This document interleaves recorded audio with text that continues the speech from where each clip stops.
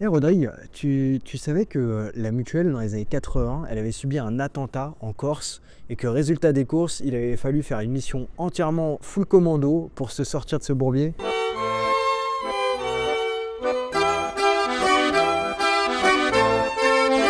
Non, je sais pas. Puis j'ai pas envie de savoir là, tu vois pas que je suis... Bah c'est pas grave, de toute façon c'est assez rapide comme histoire et puis bon, t'es occupé à quoi là? En gros, dans les années 80, les motards, ils sont archi mal vus par les assurances. Ils ont hyper du mal à s'assurer. Donc le mouvement des motards en colère, en 82, il fait quoi? Bah, il crée ce qui va devenir l'assurance mutuelle des motards.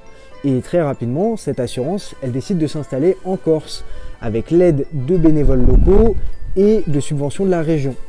Mais ça va pas se passer comme prévu. Cette belle histoire commence bien, mais très rapidement, il y a trop de taf. Et on s'improvise pas assureur. Donc la mute est obligée d'aller chercher des talents sur le continent. Et je vais t'apprendre peut-être quelque chose. Dans les années 80, il y a ce qu'on appelle le FNLC, le Front National de Libération Corse. En gros, des indépendantistes avec qui il faut pas trop rigoler.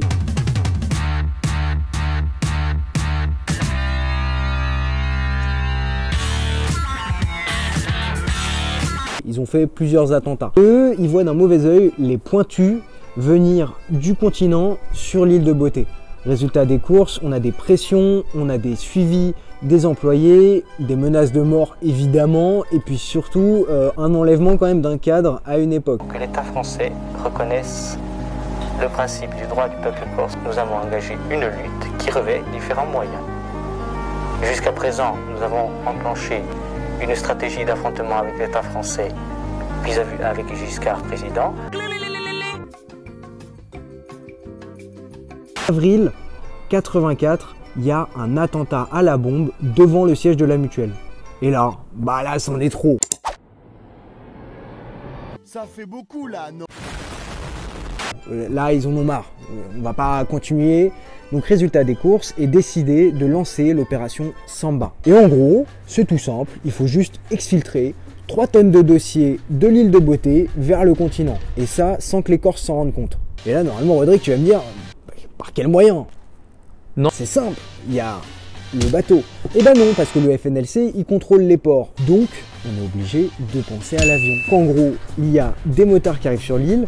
Ils empruntent des Talbot Samba. Oh là là là là, une vraie beauté. Et c'est pour ça que ça s'appelle l'opération Samba d'ailleurs. Et ils vont tout déménager. Et pour se barrer de l'île, il faut donc un avion.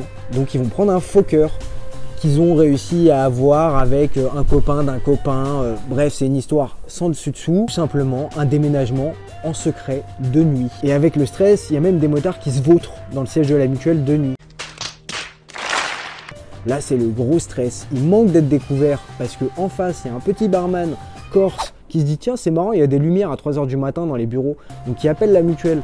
Sauf qu'en fait, il y a certaines personnes dans la mutuelle qui ne pouvaient pas être au courant puisqu'ils étaient proches de la mouvance du FNLC. T'es une poucave. Donc, nos déménageurs en herbe manquent de se faire découvrir, mais ils foncent en Talbot vers l'aéroport. Putain, mon cousin, l'accélérateur, il est encore plus fluide qu'à l'origine. Guette comment je les fume, là. Oh là là. Bon, faut que je répare l'autoradio maintenant parce qu'on s'en met.